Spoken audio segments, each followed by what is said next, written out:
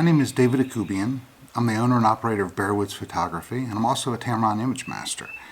And I wanted to take a little bit of time to talk about backyard bird photography, what you can do to set up a bird studio, what kind of gear you need, and the settings and stuff to photograph it as well. Before we get into all of that, though, I think it's important that I sort of give a background as to what we did here in our property to convert and build that backyard bird studio as well as a wildlife sanctuary. My wife and I live here in the North Georgia mountains, and we've named our little place here Bearwoods because we live in bear country. So we have a lot of bears wandering in and out, never have harmed us. We could care less. We live with them, so that's all it takes. But when we bought our house, the person who had built it really didn't have the mountain environment in mind. It's sort of like they wanted to create a, for lack of a better term, almost a rural property in the mountains. And that really didn't work well, because what they did is on the side of a mountain, they cleared about a quarter to a third of an acre and leveled it so they could build a ranch on a slab. Most people up here build, on the side of the mountain, and you have, multi-levels, you have a basement and everything else. Well, it was pretty, I'm sure, for her, but what it did was it sort of interrupted the natural environment that was here in the mountains. And when I say interrupted, I think more of, you look at just the woodlands. You've got this high canopy, you've got an area below it that's a lower canopy, shrubs, trees, small bushes, stuff like that. And she removed all that. So when I first, my first year here, we were sort of excited at the idea of being on the eastern flyway, so to speak, of the migration of the warblers and everything else. And down about an hour south of here, 45 minutes or so, there's a place called Kennesaw Mountain that I used to do a lot of my birding at, and I would see 10, 15, 20 species of warblers in a season. But coming up here, I thought, I'll see every one of those and hopefully more. Well, the first 2 years that I started photographing, I only saw 6 species of warblers in the yard, and that was a little bit disturbing to me. So I started doing some more research and decided that what we needed to do was to return as much of the property as possible to its natural state, and while still maintaining a yard and some other things. I'm not a big fan of cutting grass, but it's there. So what we did is I consulted with several web pages, one of them being the Atlanta Audubon Society, and then a friend who is active with the Atlanta Audubon Society. It gave me recommendations what to do. And the first thing we did was go in and start taking out all the non-native species of plants and replacing them with native species of plants. And it amazed me how many flowers were not natural to this environment. They were more of western flowers, not southeastern flowers. So we started doing all that. Then we started looking at some other things we could do. And a friend of mine who is a beekeeper asked about putting some bees up here and was going to teach me to be a beekeeper as well. And so we cleared an area that we put some beehives. We had some senior golden retrievers at the time, and to make sure they were safe from the bears and there was never any issues, we put a small fence around the backyard, and it would just keep the bears out. It's got a small electrical charge. It's like a cattle fence, and we needed that because with the bees we had to enclose the bee area to keep the bears out of that. So we were doing things that was very minimal disturbance to the property and to the environment, but at the same time trying to keep everything safe. So since that time I've moved the bees to a different area, but we're going to get some dogs again, so we've left the fence up. So once we got the bees in, we started getting natural flowers, and we noticed how great things were going because the bees were pollinating, we were getting lots of seeds and so on and so on. And I remembered a book that I had read years and years ago, Silent Spring by Rachel Carson, and we weren't really using a lot of pesticides or herbicides or insecticides, but we wanted to go ahead and minimize, if not eliminate, all of that, and we were able to eliminate it just by simply using elbow grease. We do use the only herbicide, I guess, that we use at this point in time is vinegar and Epsom salt. And, we'd use it just enough to kill off the greenery, then we dig up the roots and everything else. But it's not harmful to the environment. The bees don't, mind it, anything else. But we don't use any Roundups or any insecticides, anything else. And part of the idea of that is, as we started bringing in these native flowers, everything that I read talked about the natural decay of stuff. And you needed insects for that decay, because they would go in and they would eat the shoots and the stems and everything else. And we found out very, very quickly that those insects that were aiding in the decay also attracted in many, many more birds because they were feeding on them. Now, in the bird studio, which I'll show you, we have primarily in the summertime, we have a mealworm feeder and we have one seed feeder. I typically take down the suet feeders, and I take down an additional seed feeder once the rose-breasted grosbeaks go through. But the warblers and vireo and everything else, they don't come into those feeders. They simply follow in the other birds, the titmouse, the chickadees, and the bluebirds and everything else. So the idea behind it was once we got them into that area, we had to give them something to forage for. So we started planting wildflowers around those feeders and below them, and we have some shrubs. The only non-native species of shrubs that we've got are some crepe myrtles and butterfly bush. And in order to get our certification as a wildlife sanctuary, we had to make sure that stuff would be contained. It had to be a percentage of what's on the property, and it ends up being maybe 1%.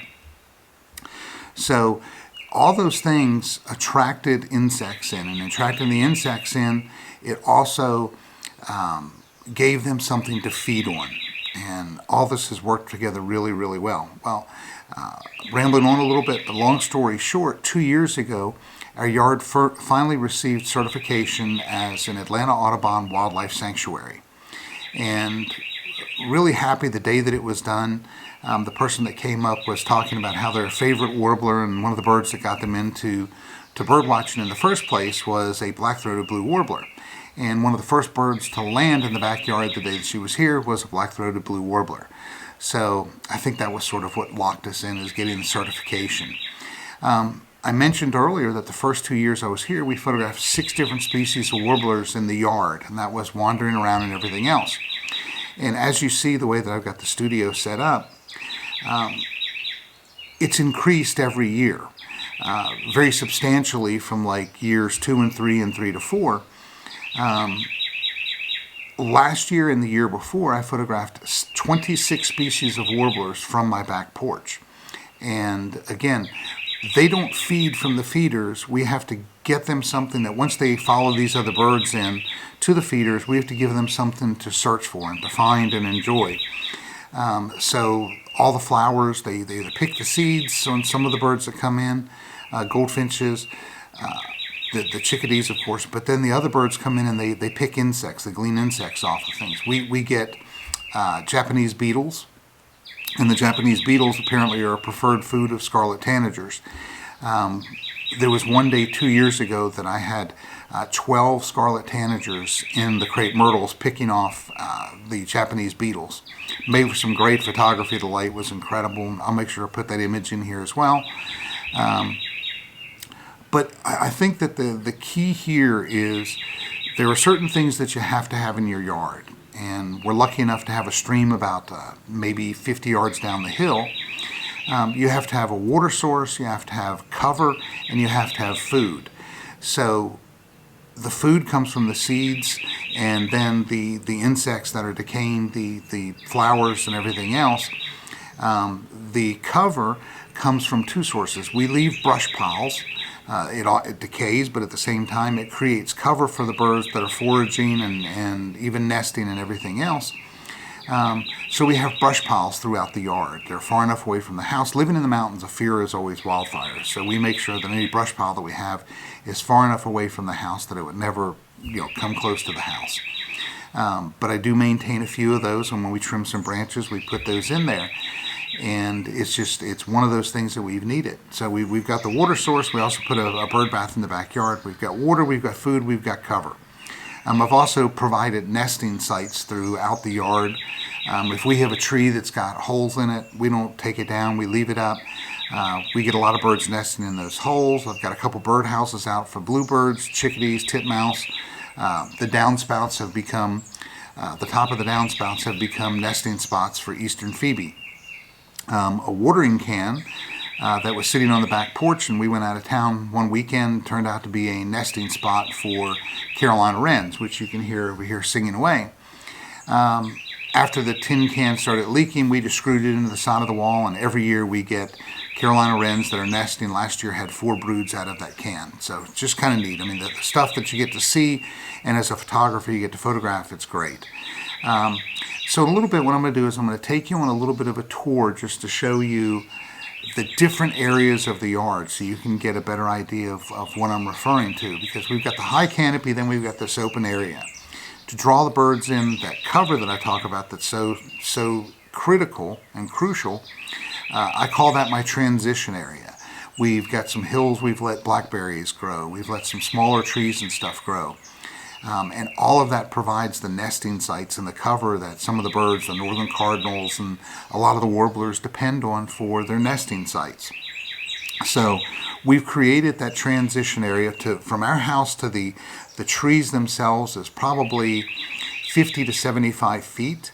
And in the backyard where you'll see the studio, that transition area ends, or there's 2 different ones, but one of them ends at the crepe myrtles, which is about 15 to 20 feet away from the back porch. So there's a barrier of 30 to 45 feet or so between those and the high canopy.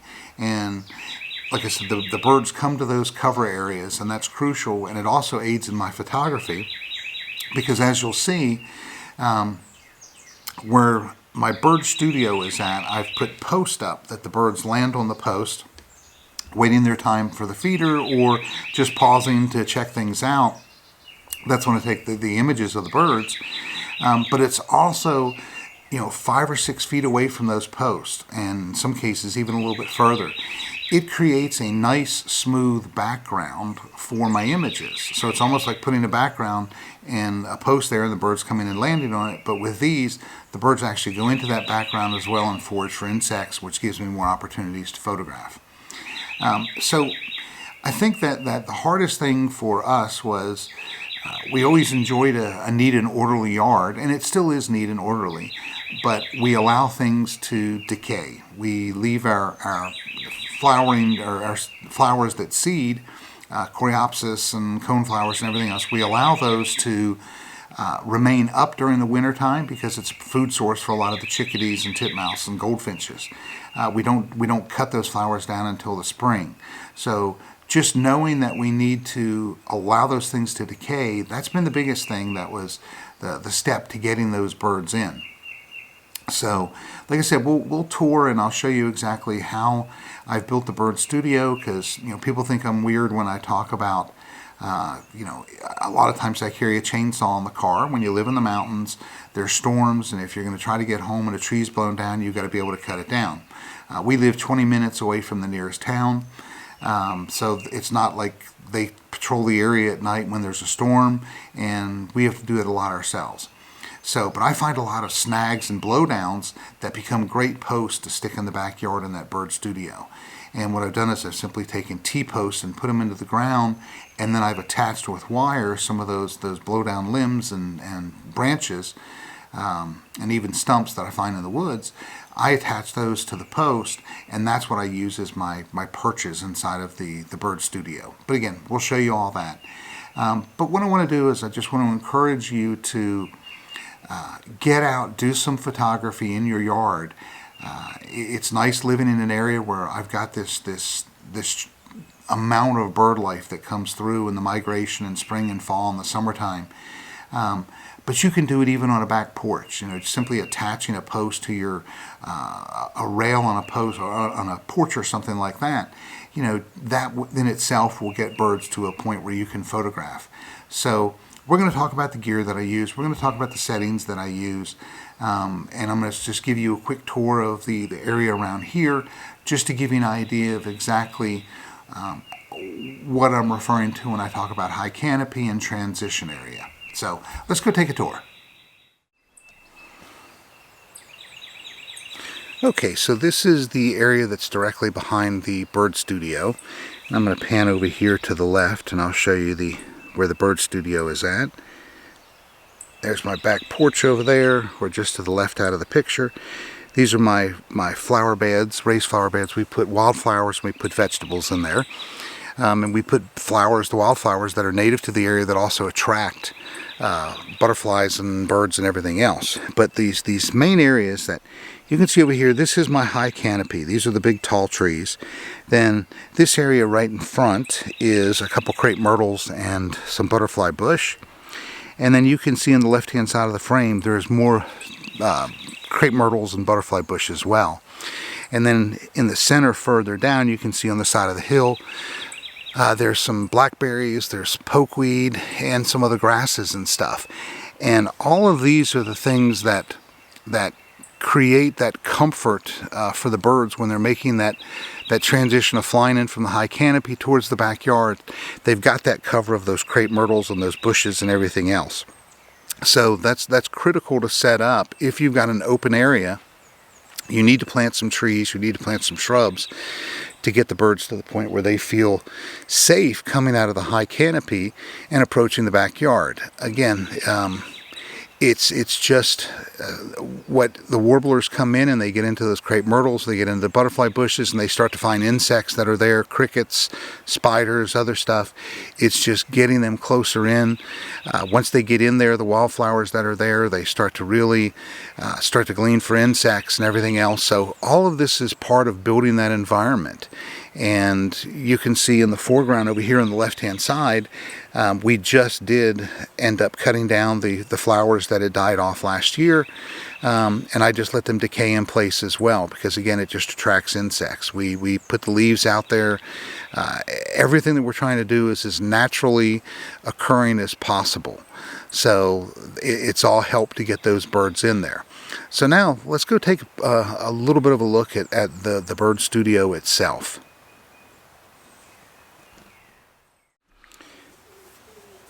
So this is the view from the back porch where I sit and photograph the backyard bird studio. And just to give you an idea, my chair is just out of the frame down to the right. The camera, then I've got the background with the one feeder. Then over to the left is where some other feeders are at, but the birds come in and they land in these crepe myrtles back here and go to the feeders. The warblers tend to either go to the post or to the crepe myrtles. So this is the view from that chair that I showed you. This is where the camera would normally be. And you can see that I can, if I want to, I can photograph over at the feeder itself. But all the interest is really straight ahead. You can see the posts, and I'll do some close-ups of those posts for you, and the worm feeder. But the gardens underneath those will all be full of vegetables and flowers.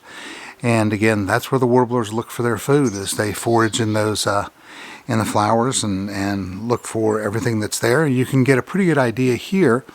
Those crepe myrtles that are just at the edge of that fence line, and then if I pan up just a little bit, you can see the upper canopy. So the birds fly in from that high canopy, come down to the crepe myrtles, then go to the post, and that's when I get to do the images, when they fly in those posts or in the crepe myrtles there. So very, very simple to do. You just have to have that transition area between the high canopy and open area to give the birds cover while they come into the feeders and forage for food and insects and everything else they're looking for. So very, very easy setup. Now let's go take a look at those posts. So this is the post where the birds will come and land. There's several of them that are here. This is one of them, and the closest to the porch. And you can see as I pan down, I'll adjust the shutter speed here so it gets a little more light in there. You can see how there's just a wire that attaches it to a simple T-post in several places. And these are the things I find along the side of the road.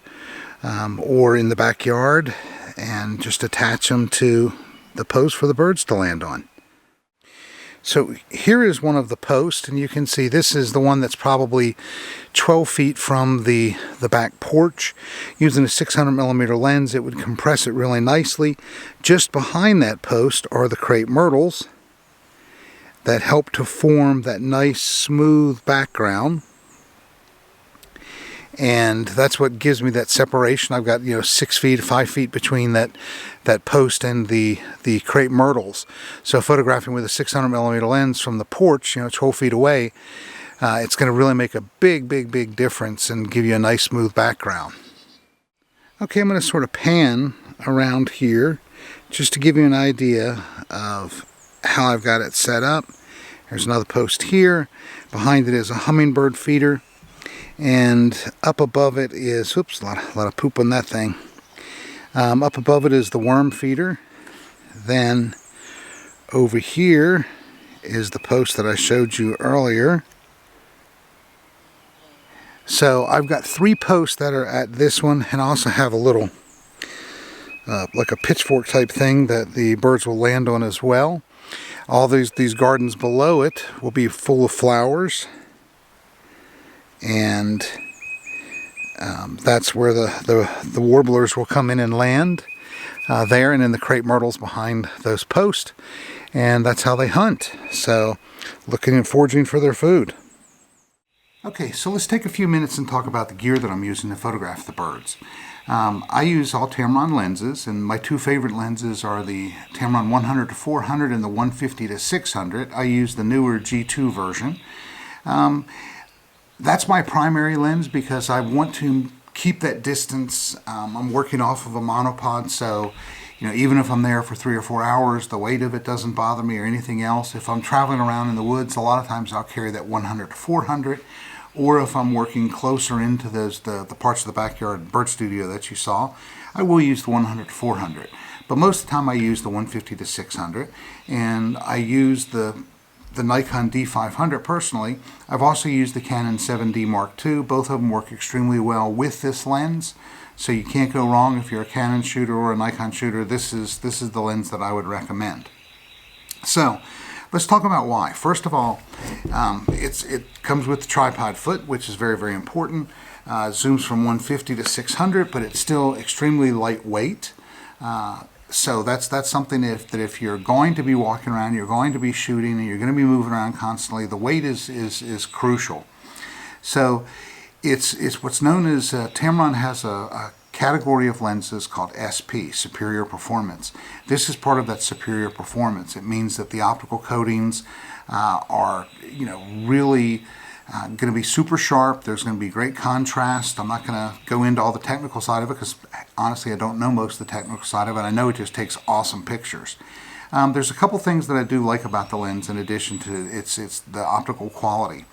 I will set up sometimes knowing that a bird is going to fly to a particular post or a particular spot, and if I'm zooming in or out and I don't want to accidentally do anything with that zoom ring, I can just simply pull the zoom ring forward, and you can see how there's a little bit of a lighter line there. That means the zoom lock is on, so it doesn't turn. To get that zoom to turn, you just simply push it in. If I always want to stay at 600mm, I can just push it at 600mm and leave it at that point by touching the zoom lock. So when I'm traveling though, it's nice because if I'm going someplace to photograph birds, I can just simply click that lock and the zoom locks at that lowest point. So you don't worry about picking it up or any lens creep or anything else. So there are a couple settings on the lens itself that you should be aware of. So one of them is focus range, and it gives you either a full range, 10 meters to infinity, or 10 meters to 2.2 meters. Most of the birds that I'm going to be photographing fall within that 2.2 to 10 meters, but occasionally a bird does land in that canopy that's 70 feet away or whatever it is, and I want to just capture an image just for a record shot showing that the bird was there. So I leave it in full. I've never had an instance where the lens is searching or anything else. If you find that you're in odd light and it does, then go ahead and move it to that lower one if you need to. It's just a flip switch. And it's always got the manual override that you can go in and you can focus manually as well. Autofocus, manual focus, I tend to leave it in autofocus, and I don't have a problem, again, with it searching, so there's no reason for me to. Now, again, sometimes if I'm set up and I'm photographing a particular point, I will put it in manual focus. I'll zoom in to make sure it's sharp, and then I just simply wait for the bird to land. But the majority of the time, I'm moving from one spot to another. Autofocus, manual, we talked about that. So vibration compensation, either on or off. Now, hand holding, I leave vibration compensation on. With a monopod or a tripod, I turn it off because that tripod or that monopod is going to give it the stabilization that you need, so you don't need that vibration compensation. So what I'm doing in the backyard is more than 95% off of a monopod or off of a tripod, so I tend to leave that off. But once I start to wander around the woods or I hand hold, I'll go ahead and I'll flip that on. So you've got 3 settings, mode 1, mode 2, and mode 3. Let me just give you a brief explanation as to what those do. Mode 1 is the one that I use the majority of the time. As you push that shutter release part way down, you see the stabilization, you see the vibration compensation take place, and it's easier to visualize what your image is going to be like. Mode 2 is for panning. Oops, wrong one. There we go. Mode 2 is for panning. So if you're following a bird in flight, you want to put that on because it takes into consideration that panning movement of your body and your camera versus just everything, the different axes of stabilization. So the third mode is you can customize it, but I've just simply got it on the default settings, which as you push that shutter release part way down, you don't see the vibration compensation occurring. It's not until you release the shutter. So if you're in low light and you're photographing, it'll actually give you like an extra stop or so of compensation. So I would recommend if you're going to be in lower light and you need that extra stop. Let's say that you're at a 60th of a second or a 30th of a second, and you're not too confident in your ability to hold it still, go ahead and put it in that mode 3. You could also customize it for video as well. I do some video, but I've always left it on the default setting. So on your camera, whether it be a Canon or a Nikon, a couple of the settings that I would recommend. Of course, autofocus. A lot of the Canon stuff is on the viewfinder or in the screen versus on the side of the camera. Put it in autofocus. I use autofocus single when I'm photographing the birds in the backyard, which simply means each time I push the shutter button part way down, or if you use your back button focus,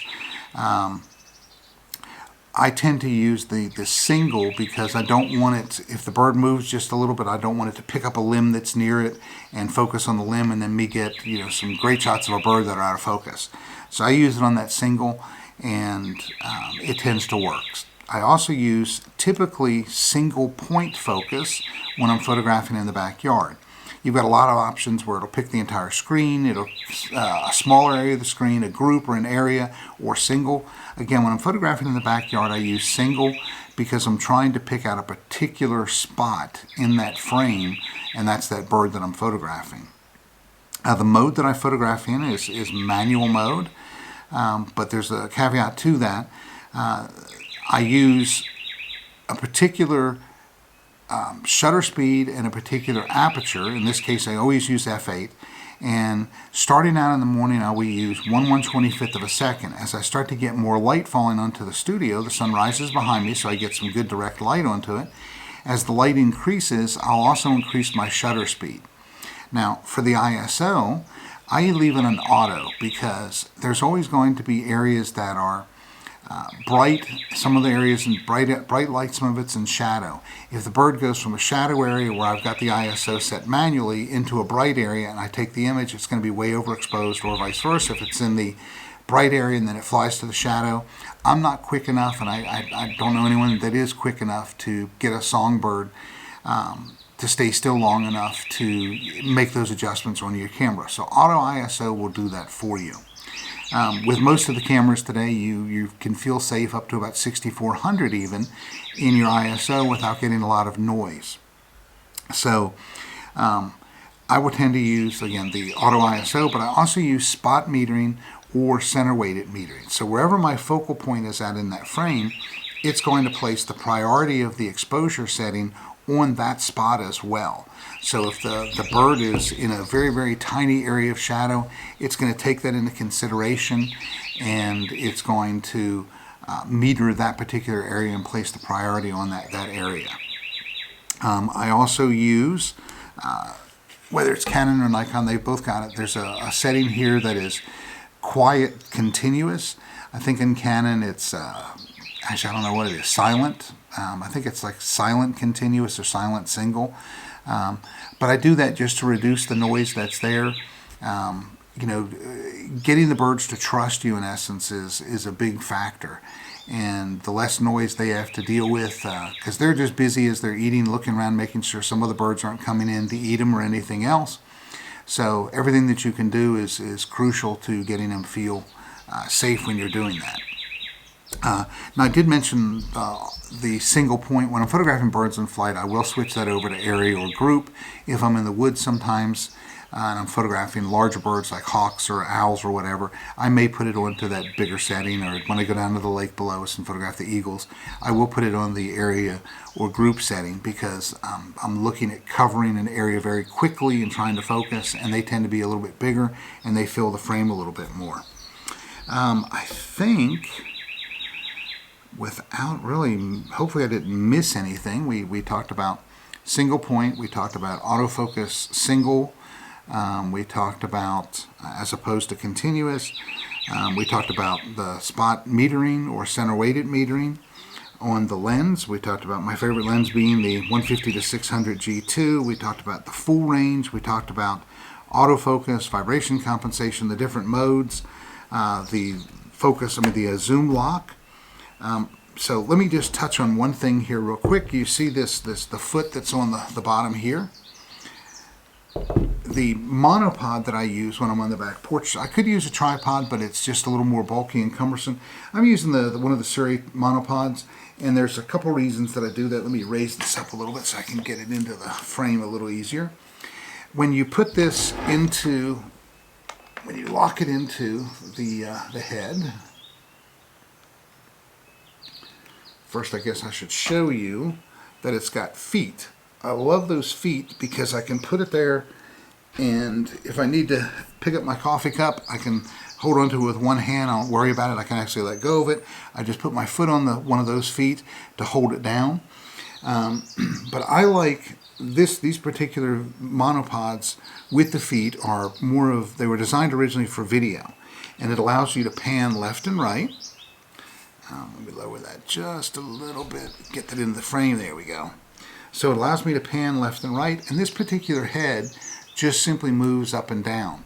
So the nice thing is as I'm photographing, this allows me to almost have a gimbal without having a gimbal out there. It makes it so I don't have a lot of bulk. And again, it's just easy for me to sit on the porch, have my cup of coffee, have my camera and the monopod on the ready to go at any point, and I just leave it set at a point where it's about eye level for me, and as the birds are coming in, I can just loosen it and I can follow the birds everywhere they go. So very quick, very easy. I'm all about convenience and quality, so it works great. And then I can just simply take that foot off. Take the lens off of the tripod, and I'm good. So that's the monopod that I'm using. You could very easily use a gimbal head if you wanted to. I don't find the need for it. It just works perfectly to do it just like this. So we've talked about gear. I think that if there's any questions, obviously you'll have my contact. You can always contact me if you've got a particular camera setup and everything else and you're looking for it.